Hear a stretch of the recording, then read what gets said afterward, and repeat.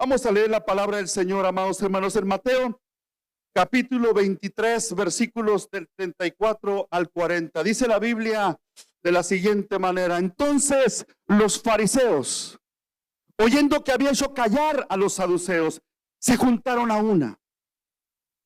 Y uno de ellos, intérprete de la ley, preguntó por tentarle, diciendo: Maestro, ¿cuál es el gran mandamiento en la ley?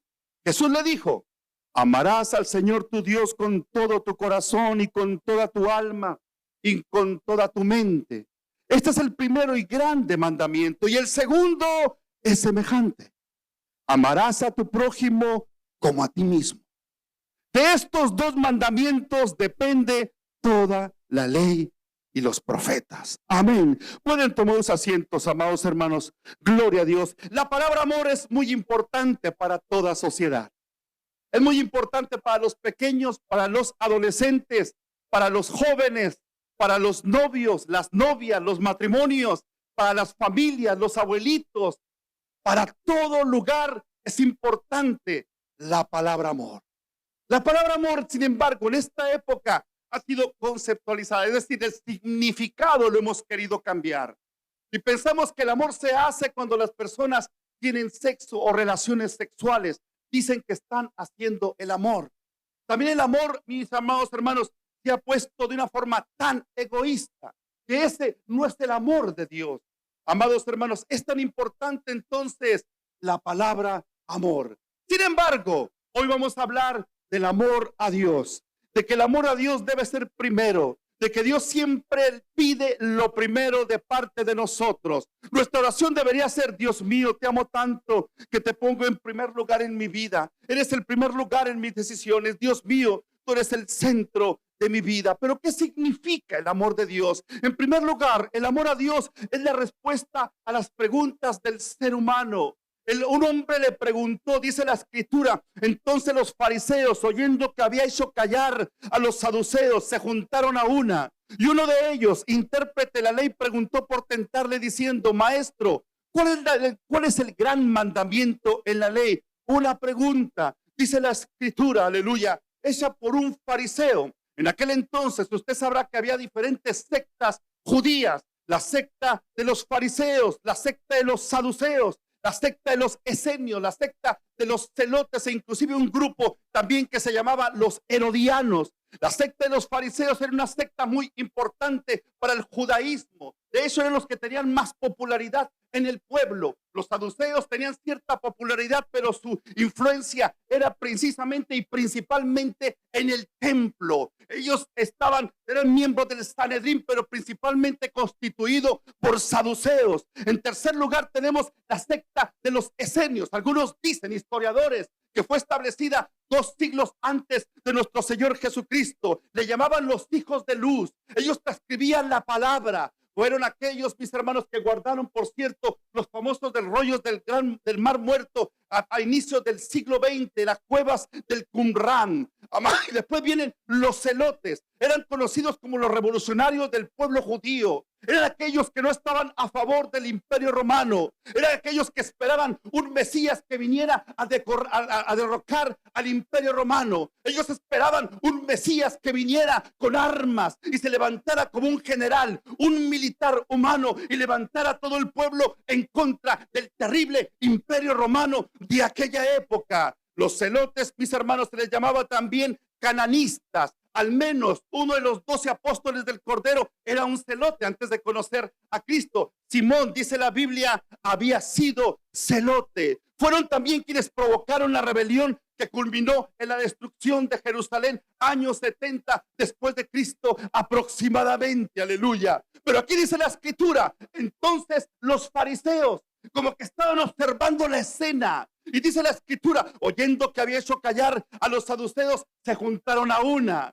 El Señor con su sabiduría, aleluya, ante la pregunta de la resurrección, les contestó con la sabiduría del cielo. Erráis ignorando las escrituras y el poder de Dios, porque en la resurrección ni se casarán, ni se darán en casamiento, sino serán como los ángeles de Dios en el cielo. Los saduceos no creían en la resurrección. Los fariseos sí creían en la resurrección. Y habiendo visto esta escena que el Señor con su sabiduría le respondió a los saduceos, se les ocurrió una pregunta. Y dice la escritura, uno de ellos se acercó, intérprete de la ley. Nótese que intérprete de la ley en aquel entonces significaba un experto de la ley, un doctor de la ley. Eso quiere decir que sabía muchos pasajes de memoria del Antiguo Testamento, porque usted sabrá que obviamente se tenía el Antiguo Testamento hasta ese momento. Obviamente, amados hermanos, 39 libros para nosotros, 24 libros para ellos, porque algunos libros están estructurados en uno solo, como el caso de los Crónicas y de los Reyes y del libro de Samuel. Amados hermanos,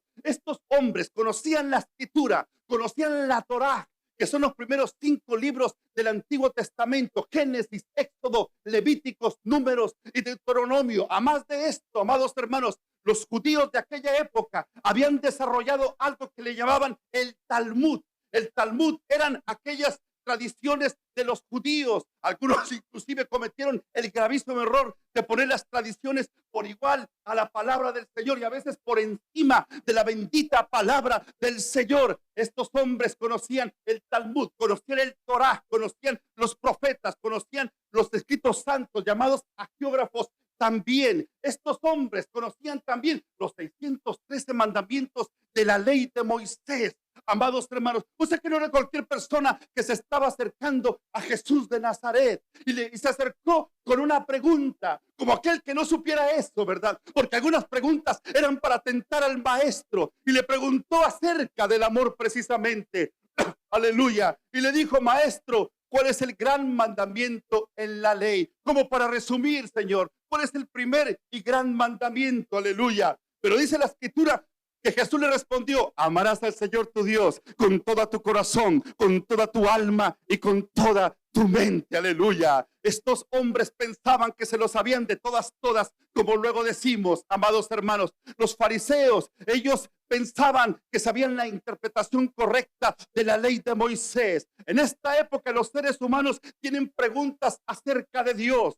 Desde la segunda mitad del siglo XX se ha observado un notable cambio en la manera de pensar de la sociedad en general, especialmente en el occidente. La modernidad, que era según la sociología, como pensaba la ideología que se tenía antes, fue sustituida por la posmodernidad. La sociedad entonces adoptó nuevas ideas, otros estilos de vida, en resumen, otra manera de ver la vida, otra manera de filosofar. La fe de muchos entró en crisis, dejando creer en el Dios único y absoluto para así creer en todos. Estamos ante una generación donde creen todo. Todos son espirituales sin precisamente creer en Dios. Se suscitó entonces el inicio de la muerte de la fe para muchos. Alguien escribió que probablemente sea la última generación de cristianos. Parece que el cristianismo verdadero está en decadencia. Parece que algunos han sustituido la verdadera fe de Cristo, mi hermano, por la fe en sí mismos, o por la fe en un sistema religioso, por la fe, mi hermano, en una religión que no puede hacer nada por ellos, porque el único que salva se llama Jesucristo, el Hijo de Dios. Él es el camino,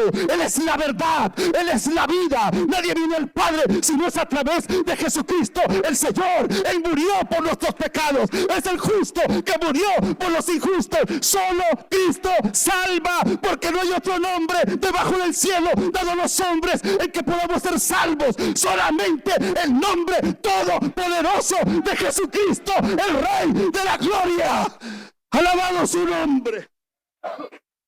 Gloria a Dios para siempre.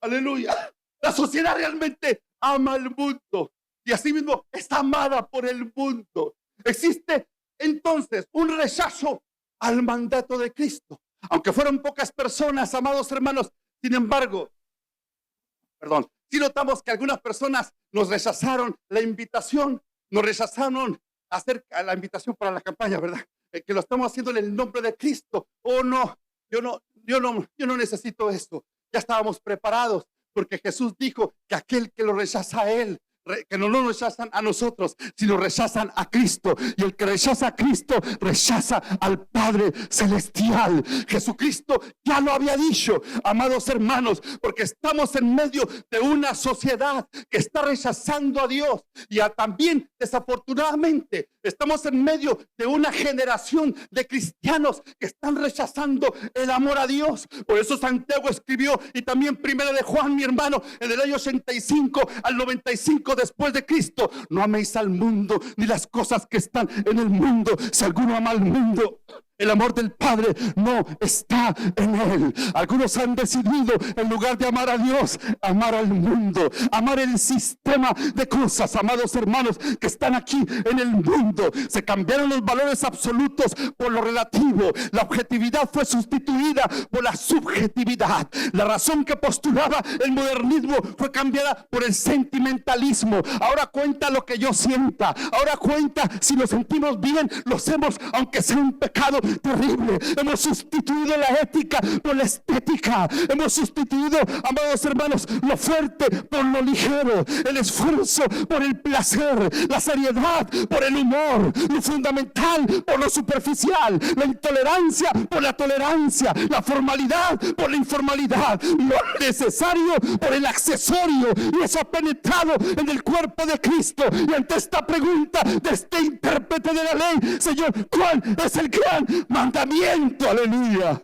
Las personas quisieran saber: ¿qué necesito hacer para ir al cielo al mínimo esfuerzo posible, al precio más barato posible, al precio de consagración mínimo? El amor a Dios, entonces, en segundo lugar, debe cumplir los requisitos de nuestro Dios. Mira la respuesta de Jesús, versículo 37. Gloria a Dios. Amarás al Señor tu Dios con todo tu corazón, con toda tu alma y con toda tu mente. Gloria a Dios.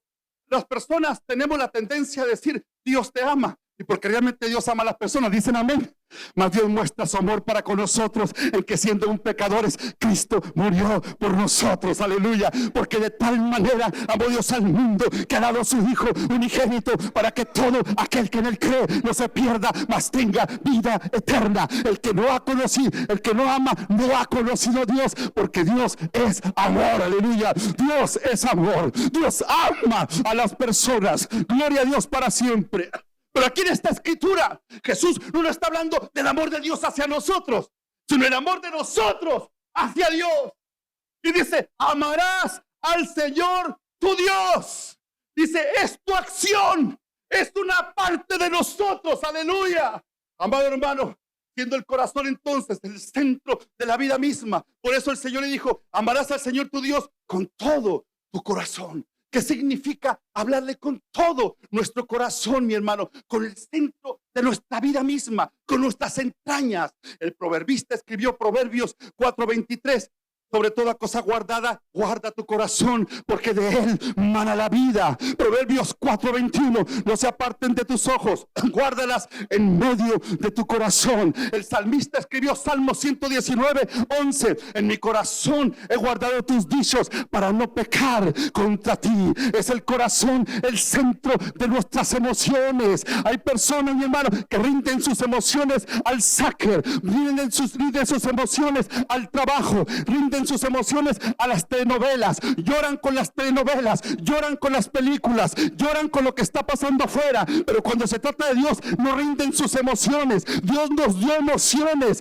por eso lloramos, por eso expresamos con voz de júbilo, por eso aplaudimos, porque tenemos emociones. Y el Señor está diciendo: ámalo a Dios de todo tu corazón, con todo lo que tienes. Alabado sea Dios para siempre.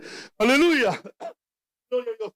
Entonces, amados hermanos, el amor de Dios debe ser con todo el corazón. El salmista escribió Salmo 27:14: aguarda a Jehová, esfuérzate y aliéntese tu corazón. Sí, espera a Jehová. Y también el Señor dijo en Mateo 11:29: llevad mi yugo sobre vosotros y aprended de mí, que soy manso y humilde de corazón, y hallaréis descanso para vuestras almas, porque mi yugo es fácil y ligera mi carga. Es el corazón con que Dios nos pide que le amemos. Aún entre matrimonios nos decimos, o entre novios se dicen: te amo con todo mi corazón. Estamos diciendo con todas mis entrañas, con todas mis emociones, con todo mi ser, con todo lo que implica mi vida, te amo de tal manera con toda mi vida que bien gustosamente podía dar mi vida por la tuya. Cuando una pareja, amados hermanos, empieza a tratarse de una forma ríspida, de una forma grosera, quiere decir que el amor se ha debilitado porque se están maltratando. Seguramente no darían su vida por el otro. Quisieran que se murieran posiblemente, amado hermano, pero no darían su vida por el otro porque el amor se ha disipado. Así el amor hacia Cristo se ha disipado. Estamos en una época donde los creyentes les tenemos casi que rogar de venir a la casa del Señor. Estamos en una época donde usted se encuentra personas que conocen acerca de Cristo, gran porcentaje de las personas allá afuera que evangelizamos, que invitamos, hasta te dicen Dios te bendiga, se saben versículos de memoria, se los saben de memoria, amados hermanos, porque han sido ministrados. Pero ¿qué ha pasado? Es el corazón el que se ha agotado, el amor hacia Dios. Por eso si algo necesitamos es amar a Cristo con todo el corazón y con todas las fuerzas. Alguien dice amén. Alabado sea Dios para siempre, aleluya. Pero el Señor dijo, gloria a Dios, amarás al Señor tu Dios con todo tu corazón y con toda tu alma. El amor también se puede enfriar. El amor que tiene una persona hacia la pareja, por ejemplo, se puede enfriar porque piensan que durará para siempre. Piensan que el enamoramiento, las mariposas en el estómago durarán para siempre, pero no es así, porque el amor entre parejas es una decisión. Usted decide amar, usted decide perdonar, usted decide ponerse en el lugar donde Dios te quiere para que fluya el amor en tu matrimonio, aleluya. Amados hermanos, con Dios con mayor razón. Y el Señor nos dice, amarás a tu Dios. Dígame si amamos a Dios cuando llegamos tarde a su casa, pudiendo llegar temprano. Dígame si amamos a Dios, mi hermano, cuando cuestionamos lo que Dios dice. Dígame si amamos a Dios, si la iglesia en general hemos dejado de evangelizar. ¿Dónde escucha usted campañas, ciudades que se reúnen para predicar a Cristo? ¿Dónde escuchamos en esta época? ¿Acaso, amado hermano, porque se partió la eternidad Gigi Ávila, el Señor dejó de manifestarse? ¿Acaso nada más las campañas masivas son para el ministerio de Billy Graham, amados hermanos? ¿Acaso Dios ha dejado de manifestarse? No, Dios no ha dejado de manifestarse, pero la iglesia ha dejado de amar a Dios. El evangelismo, amado hermano, que es una muestra del amor a Dios, lo hemos dejado para el cuidado de muy pocos. Hemos pensado que el amor a Dios lo hago cuando vengo muy apenas a su casa. No, mi hermano, hemos dejado de amar al Señor. La iglesia ha dejado de salir a las calles. La iglesia ha dejado de fundamentar su fe en la comunión con el Espíritu Santo de Dios. Nos hemos vuelto muy religiosos, nos hemos vuelto muy dogmáticos. Amamos los edificios, amamos las organizaciones, pero hemos dejado de amar a Jesucristo. Pero el Señor dice, amarás al Señor tu Dios con todo tu corazón y con toda tu alma. Desde la escritura, el Señor también dijo, y con toda tu mente. O sea que con el intelecto. Y preguntar a todos los que estamos presentes, mi hermano, la cantidad de cosas que hay en tu cerebro, la cantidad de memorias que tienes. ¿Te acuerdas cuando eras niño? ¿Por qué te acuerdas? ¿Por qué nos acordamos? Porque tenemos una capacidad impresionante. Los que estudian, los neurólogos dicen que tenemos memoria corta y memoria larga. Y que nosotros, amados hermanos, de una forma automática determinamos y seleccionamos cuáles memorias queremos nosotros recordar. Cuando los jovencitos están estudiando, por ejemplo, en matemáticas, el teorema de Pitágoras, el cuadrado de la hipotenusa es igual a la suma del cuadrado de los catetos. El profesor pide que se le memoricen y te lo memorizas porque le ordenaste a tu cerebro que así fuera.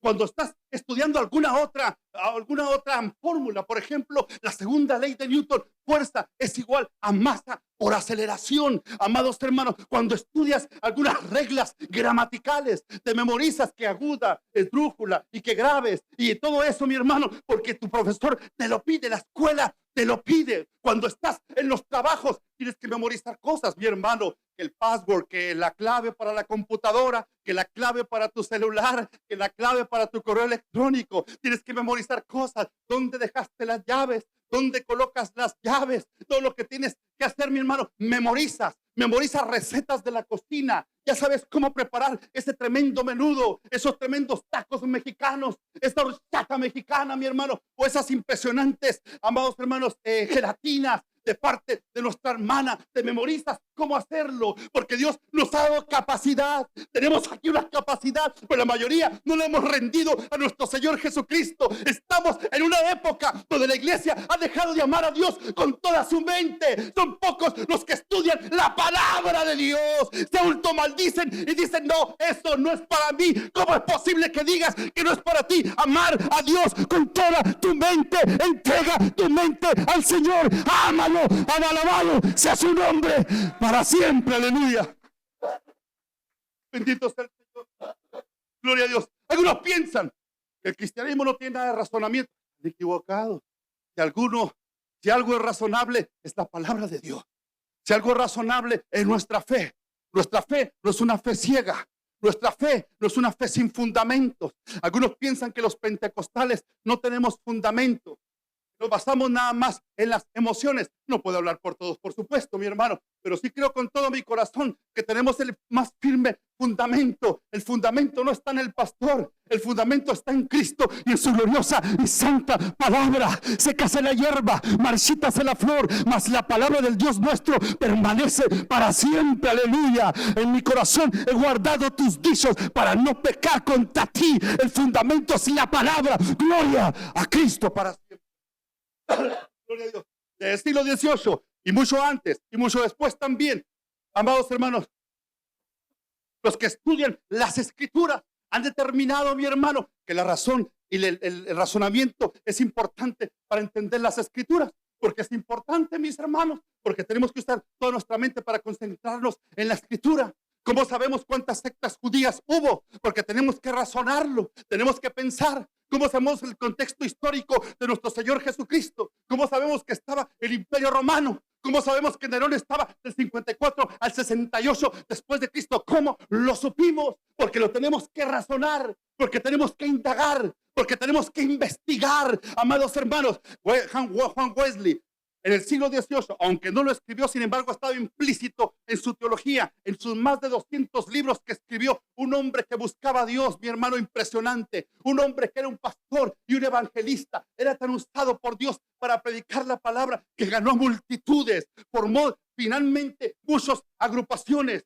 Fue despedido por la iglesia anglicana porque hablaba del Espíritu Santo. Fue despedido de la iglesia anglicana porque él se atrevió a predicar fuera de las cuatro paredes y le dijeron: te cerramos las puertas, no puedes entrar en la iglesia anglicana. Pero él dijo: como ustedes no me dan permiso de predicar en las parroquias anglicanas, como les llamaban, de esta manera yo hago una declaración: el mundo es mi parroquia. Aleluya. Ahí donde estaba la gente necesitada, ahí donde estaban los obreros en las minas y los campesinos, ahí estaba la parroquia. Aleluya. Y él tuvo mucho éxito, porque cuando siembras, Dios siempre te da cosecha para la gloria de su santo nombre, porque Dios escudriña la mente y prueba el corazón, y vio que el corazón de Juan Wesley era predicar su gloriosa palabra. Aleluya.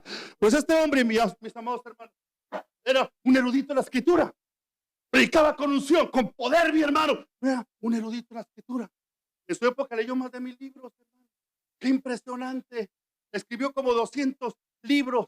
Yo tengo algunos de ellos. Qué impresionante, qué espiritualidad, qué búsqueda de Dios, qué profundidad en la escritura. Y él estableció, bueno, como le digo, él no lo estableció así sus escritos, está implícito en sus escritos, pero después los que han indagado la teología determinaron, le llamaron el cuadrilátero teológico o el cuadrilátero wesleyano, porque ellos determinaron que para hacer teología bíblica hay 4 aspectos. El primer aspecto son las sagradas escrituras como prioridad. El segundo aspecto, mi hermano, es el razonamiento para estudiar la Biblia, porque Dios no nos quita la mente para estudiar su palabra, usa nuestra mente para la gloria de su nombre. En tercer lugar, mi hermano, está la experiencia, porque tú tienes experiencias con Dios, porque Dios no es de lata, no es de cartón, Dios no es vidrio, Dios no es de oro, Dios no es de plata, Dios es espíritu, Dios es una persona, Dios no es una cosa, Dios es una persona y se manifiesta aquí en medio de nosotros, y aquí está por medio de su Espíritu Santo. ¿Cuántos lo sienten? ¿Cuántos lo alaban en esta ahora Dios está aquí en medio de nosotros. Dios se manifiesta, Dios se hace sentir, Dios transforma nuestras vidas, Dios nos capacita, Dios nos entrena, Dios nos llena, nos ayuda a vivir la vida cristiana para la gloria de su nombre. O sea que si Dios no fuera real, mi hermano, estaríamos acabados. ¿Cómo viviríamos la vida cristiana? ¿Cómo podríamos sostenernos firmes de la prueba? Mi hermano que nos predicó ayer, mi hermano, usted lo sabe, su esposa estuvo hospitalizada por varios días, muy, pero muy delicada. Analizando vimos que fue providencial varios aspectos, que pudo haber muerto ya, mi hermano, si no fuera por la providencia divina. ¿Y cómo explicaremos que nuestro hermano ayer en la madrugada partió la eternidad su hermanita? Una hermanita muy amada por él, una hermanita en la carne, amados hermanos. Y él aquí vino a predicarnos. ¿Cómo lo pudo hacer? No lo hizo por una religión, lo hizo por una persona. Se llama Jesucristo, el Señor, aleluya. Amarás al Señor tu Dios con todo tu corazón. Alabado sea el Señor. Pero estamos en una época donde hemos dejado de amar al Señor. No solamente los inconversos. No me sorprende los inconversos. No me sorprende los que están alejados del reino. No me sorprende de eso. Me sorprende de la iglesia, que poco a poco se han descuidado. Poco a poco han dejado de buscar la presencia de Dios. Poco a poco han dejado de orar. Algunos ya ni para comer se acuerdan de Dios. Algunos hasta batallan para acordarse de que hay que darle gracias a Dios por la mañana, ¿verdad? Y ponerlos en sus manos. Algunos se ponen a descansar y no les importa. No damos gracias. Y eso es solamente lo básico, dar gracias. Hemos descuidado nuestras vidas. Y Satanás entra, mi hermano, en la parcela, en el cultivo, en el sembradío de nuestro alma y de nuestro corazón, cuando nosotros le damos entrada y empezamos a descuidar las cosas espirituales. Empezamos a cuestionar si es bueno o no ir a la casa del Señor. Nos invite, que nos invite, vemos si podemos y si lo hacemos, amado hermano. No se hable del evangelismo. El evangelismo es un producto del termómetro espiritual en la iglesia de Cristo en los Estados Unidos de América. Es un producto de eso. Ahora nos hemos vuelto en consumidores. Los domingos consumimos y queremos consumir algún alimento que nos haga sentir bien para vivir toda la semana y que nos digan que están bien y que estamos bien y que estamos avanzando. Algún profeta o pseudo profeta que venga y nos profetice que estamos bien y que Dios nos va a llamar a las naciones y Dios que no se meta con nuestro pecado, porque ahí no es terreno de Dios. Y la iglesia entonces hemos dejado de amar al Señor y el Señor les dice: este es el primer y gran mandamiento. Por supuesto que lo estaba haciendo bíblicamente, aleluya. A un intérprete de la ley le está mencionando Deuteronomio capítulo 5. Y este intérprete de la ley sabía que eso está en la escritura. Deuteronomio capítulo 5. Esta confesión, gloria a Dios, es una de las confesiones más importantes de los judíos. Se llama Shema. S-H-E-M-A. Shema. Amados hermanos, oye Israel, Jehová nuestro Dios, Jehová uno es. Amarás al Señor tu Dios con todo tu corazón, con todas tus fuerzas y con toda tu mente. Ahí se basa el servicio al Señor. Pero la gente ha dejado de amar al Señor. Los jóvenes en esta época, doy gracias a Dios por estos jóvenes que están aquí con nosotros, nos respetan, me están escuchando más que a mí, a Cristo y a su preciosa palabra. Jóvenes respetuosos, amado hermano, pero no así allá afuera, amados hermanos. Jóvenes que no les importa más que amarse a sí mismos, quieren nada más lo suyo propio, cuestionan si Dios existe, pero se vuelven ignorantes, porque vaya que Dios existe. Sal a ver los árboles y los planetas y ves que Dios existe, porque Dios se revela a través de su creación para la gloria de su santo nombre. Cada respirar nos recuerda que Dios existe y que Dios está con nosotros. Los cielos son los cielos de Jehová, y de la tierra a los hijos de los hombres, aleluya. Cuando veo tus cielos, obra de tus dedos, la luna y las estrellas que tú formaste, digo que es el hombre para que tengas de él memoria, y el hijo de hombre para que lo visites, aleluya. Gloria a Dios. Amarás al Señor tu Dios. Señor, ¿cuál es el primer mandamiento? Amarás al Señor tu Dios. Y dice, y el Señor dijo: este es el primero y grande mandamiento. Gloria a Dios. Y el segundo, dijo, es semejante. Gloria a Dios para siempre. Amarás a tu prójimo como a ti mismo. Versículo 39. Gloria a Dios. Cuando este hombre preguntó por los mandamientos, dijo, ¿cuál de todos me va a mencionar? Hay 603, aparte de los 10 mandamientos que están en Éxodo capítulo 20, que se llama el decálogo también. Amados hermanos, 613 mandamientos en el pueblo judío. Dijo, ¿cuál me va a mencionar? ¿Cuál de todos ellos va a identificar? ¿Acaso alguno con los sacrificios? ¿Alguno con las fiestas solemnes? ¿Alguno con la Pascua? ¿Con la fiesta de Pentecostés? ¿Con la fiesta de las primicias? ¿Qué sé yo? ¿Cuál mandamiento me va a mencionar? A lo mejor me va a mencionar el día de la expiación en el 7º mes, en el día 10, el día Atonement Day, el día de la expiación. ¿Cuál mandamiento? Pero el Señor le mencionó Deuteronomio capítulo 5, aleluya. Sin embargo, hay 10 mandamientos y ahí, amado hermano, viene todo, el amor a Dios y el amor al prójimo. Y son 10 que el Señor escribió con su dedo, dice la Escritura, habiendo estado Moisés en el monte Sinaí, en el monte de Dios. Dice la Escritura, estuvo 40 días y 40 noches en ayuno en la presencia del Señor. El Señor quería hacerle un encargo, aleluya. Y en 2 tablas de piedra el Señor empezó a escribir con su mismo dedo. Dice la Escritura, 10 mandamientos, Dios bases para su pueblo. Como decía,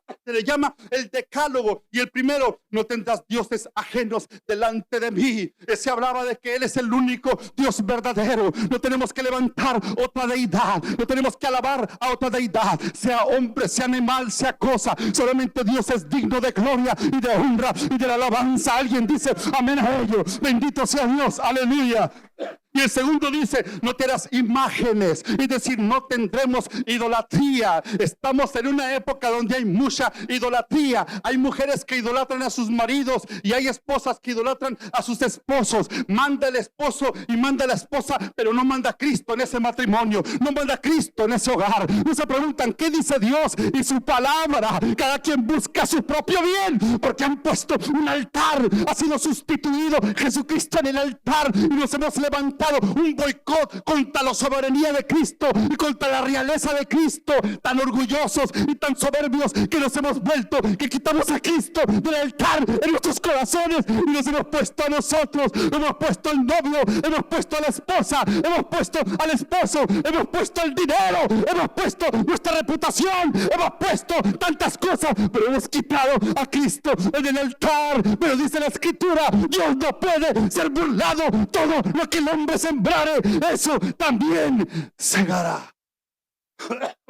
Tercer lugar, tercer mandamiento, no tomarás el nombre del Eterno tu Dios en vano. Amados hermanos, el nombre de Dios es tomado en vano por todas partes. En el inglés usan el nombre de Dios para maldecir, para decir malas palabras. Tomamos el nombre de Dios en vano, como si el nombre de Dios fuera cualquier nombre. Por eso el Señor Jesucristo en la oración modelo, la oración del Padre Nuestro, nos dijo, santificado sea tu nombre. El nombre de Dios es excelso, es por su nombre que somos salvos. Hechos capítulo 4 dice la Escritura, porque no hay otro nombre dado en el cielo en el cual podamos ser salvos, solamente el nombre de nuestro Señor Jesucristo. Aleluya, amados hermanos, porque hay un solo Dios y un solo mediador entre Dios y los hombres, Jesucristo hombre. Hemos tomado el nombre de Dios en vano, algunos sus mentiras, mi hermano, para que la gente le crea, por el nombre de Dios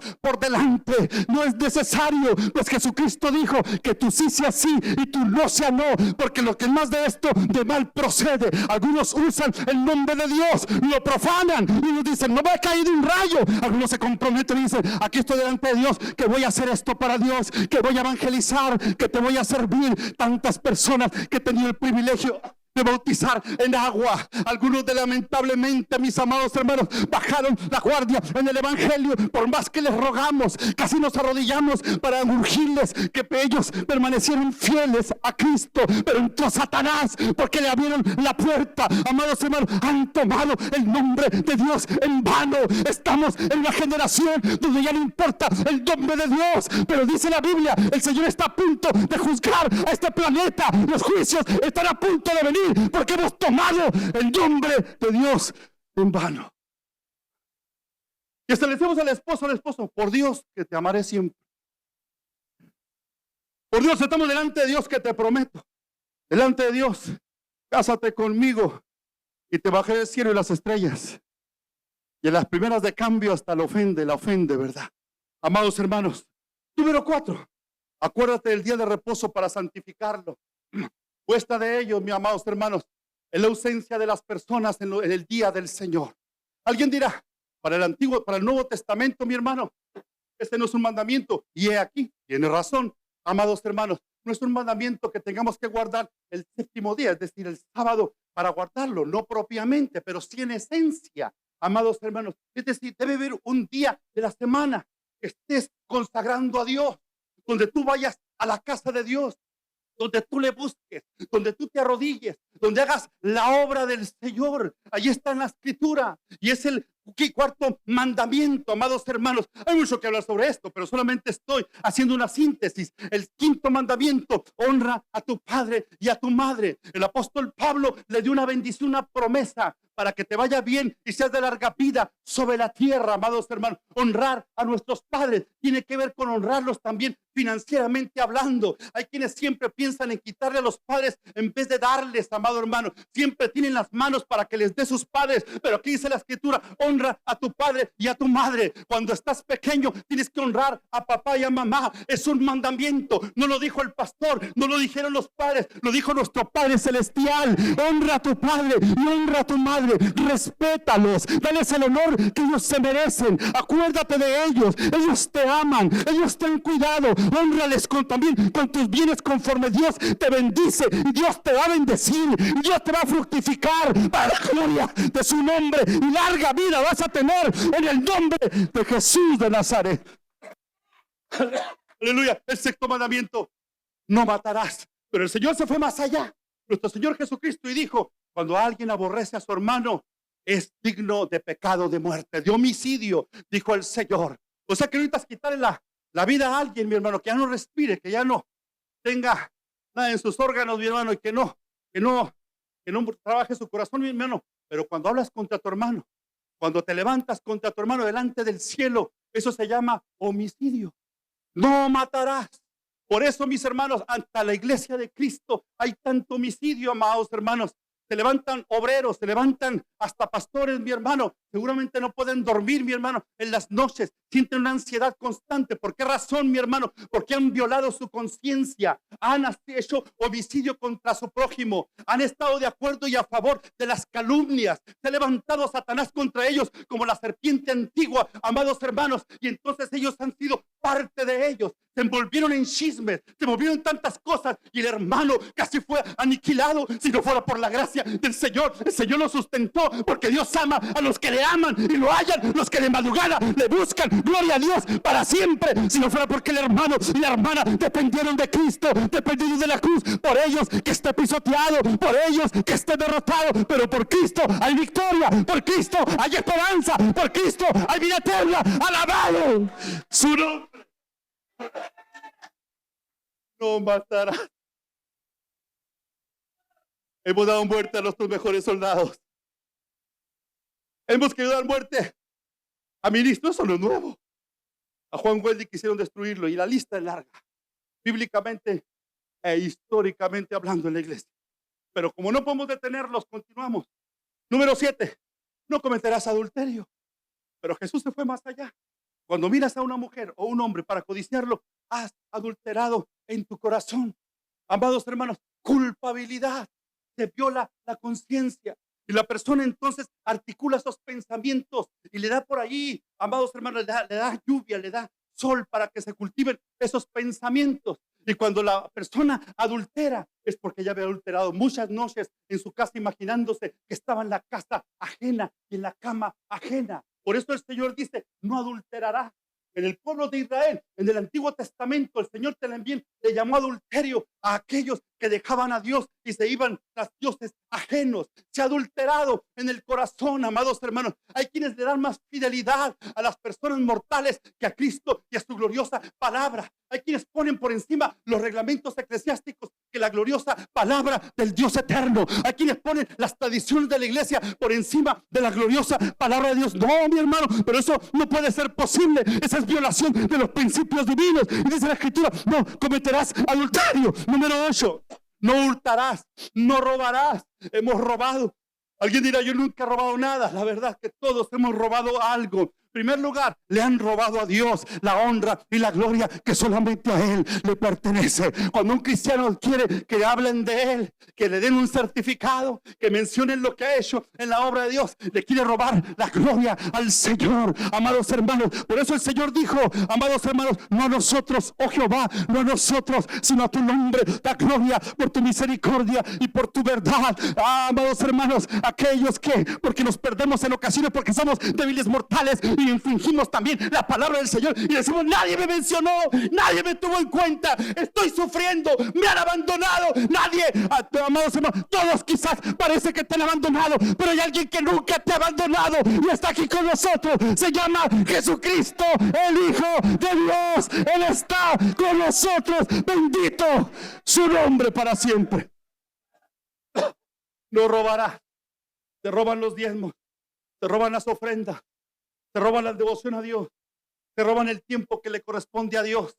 Ni siquiera el diezmo del tiempo se lo damos al Señor. Es increíble, amados hermanos. Tenemos tiempo para descansar, tenemos tiempo para platicar, tenemos tiempo para las redes sociales, pero no le damos el tiempo al Señor. Tantas quejas que hay en esta época para los cristianos y de los cristianos hacia el reino de Dios. Amados hermanos, hemos robado a Dios, hemos robado las ideas. Hemos robado a ideas intelectuales, amado hermano, y tanto que hay que decir al respecto, como hace poco o hace algunas décadas, que surgieron las antenas parabólicas, amados hermanos, y entonces muchos mortales, en lugar de pagar esa suscripción mensual, entonces compraban su antena y se robaban la conexión. No robarás. Personas que se roban la electricidad del vecino, dice la Biblia, no robarás. Personas que le roban la honra al otro y se dan la honra a sí mismo. Mire, yo lo hice. Eso suele suceder en los trabajos, mi hermano, en las compañías donde se roban las ideas de los demás para que ellos se vean bien, mi hermano. El gerente no le da honra al trabajador que hizo bien su trabajo, le está robando la honra. Y dice la Escritura, no robarás. Nos hemos vuelto ladrones, amado hermano. Y entonces, por eso, a veces el cielo detiene su provisión, detiene su bendición, detiene su salud, porque nos hemos vuelto ladrones. Nuestras manos están manchadas, nuestras manos tienen sangre. Hemos matado y hemos robado. Pruebe, ya casi acabamos. No hablarás contra tu prójimo falso testimonio. No mentira. Hermano, pero eso es de afuera. Lamentablemente también adentro. Mentira. Para vernos bien o para no vernos mal. O las dos cosas. Mentimos. Amados hermanos, decimos un falso testimonio. Sí, yo lo vi, yo lo escuché. Y se corren los rumores. Y se expande la mala fama de las personas. Se expande la mala fama de las congregaciones por un rumor. Algo que no les constó. Aquel cristiano está robando y te constó. ¿Lo viste? Tienes elementos. Hasta Sócrates, mi hermano, un filósofo griego. Dice la historia que cuando venían a decirle alguna queja de alguien, que les preguntaba, número uno, ¿esto me edifica? Así un filósofo griego. ¿Eso me edifica? Dos, ¿te consta? Tres, ¿fuiste testigo? Cuatro, ¿tienes pruebas? Pues que no necesito saber eso. Pero estamos en la época del chisme, la época de la vanagloria, del robo. No importa lo que hagamos, con tal de robar, con tal de hablar falso testimonio, y se expanden las cosas. Y cuando menos pensamos, la gente está pensando mal de esa persona. Esa persona no hizo nada malo. No hablarás falso testimonio. Amados hermanos, número 10, no codiciarás. Oh, amado hermano, codiciar es desear los bienes ajenos. Dice la Escritura en Éxodo 20, no codiciarás la mujer de tu prójimo, el hombre de tu prójimo, la casa de tu prójimo, y en nuestro contexto los animales de tu prójimo, que ahora podríamos decir el carro de tu prójimo, la troca rojota de tu prójimo, la troca blanca de doble cabina de tu prójimo, esa SUV roja tan bonita que está afuera, no codiciarás. La casa con aquellos sillones acolchonados, impresionante. La casa que tiene para arriba y para abajo escaleras, no codiciarás. No codiciarás las habilidades del otro. Oh, mire lo que hace él, qué impresionante. Amados hermanos, no codiciarás el negocio de tu prójimo. no codiciarán las habilidades del otro. Es decir, por supuesto, eso no quiere decir que no tengamos, por supuesto, buenas metas. Eso es bueno, mi hermano. Es buena meta comprar una casa. ¿Cuántos dicen amén? Eso no es malo. Es buena meta ahorrar. Es buena meta, mi hermano, hacer riquezas. Eso está en la palabra del Señor. Lo que está mal, mi hermano, es codiciar, es tener envidia. Ahí sí, pues ¿qué estar haciendo? A ver a qué se dedica. Ahí sí, ya de cuando acá. A lo mejor por abajo de la mesa está vendiendo algunas cositas turbias. A ver, ¿a qué se está dedicando? Ah, cómo no. Dios le conocerá qué capacidad tiene, cómo lo está logrando. No codiciará. Envidiosos, afanosos, codiciosos, malvados, pendencieros y lo que se le venga también a la mente. Amados hermanos, y esos 10 mandamientos, somos culpables. Si estuviéramos en el juicio de Dios, en el tribunal de Dios, si Dios nos fuera a juzgar, y de hecho lo va a hacer por los 10 mandamientos, seríamos culpables. No tenemos defensa. Alguna vez hemos infringido algunos de ellos. Acúsome, me robé un mazapán cuando era niño, amados hermanos, y estamos esperando a mi papá que nunca llegó, amados hermanos, ahí, y me robé un mazapán porque tenía hambre. Acúsome, pero Dios ya me perdonó para la gloria de su santo nombre. ¿Cuántos saben que Dios perdona? Amados hermanos, todos somos culpables delante del Señor, y el Señor nos va a juzgar, y tenemos los 10 mandamientos, y tenemos nuestra vida ahí, y no tenemos ni qué hablar, no tenemos, amados hermanos, ninguna defensa. Pero de pronto, amados hermanos, se nos pregunta: ¿qué crees que merezcas? ¿Qué crees que merezcas, Pánfilo? ¿Qué crees que merezcas, Pancracio? Oh, ciertamente no merezco el cielo. No merecemos el cielo de Dios con las calles de oro y el mar de cristal. No merecemos la presencia de Dios. No merecemos escuchar aquella multitud y muchedumbre de ángeles que día y noche adoran a nuestro Padre Celestial. No merecemos el descanso eterno. No merecemos tener la paz eterna. No merecemos descansar bien. No merecemos la paz para nuestra alma. Somos culpables. ¿Qué merecemos ante estos agravantes jurídicos? Merecemos el infierno, el lugar donde el gusano nunca muere y el fuego nunca se apaga. El lugar que es realidad. Y Jesús habló del infierno, donde ahí el fuego nunca se apaga. Es constantemente atormentada el alma. Es un lugar real. Ese es nuestro lugar. Pero amados hermanos, gracias a Dios por su sangre. Gracias a Dios por su sacrificio. Hay esperanza para todo aquel que cree. Todo aquel que invocare el nombre del Señor será salvo. Que si creyeres en tu corazón que Dios le levantó de los muertos, será salvo. Porque con el corazón se cree para justicia, mas con la boca se confiesa para salvación. ¡Aleluya! ¡Aleluya! ¿Cuántos son salvos? Digan amén.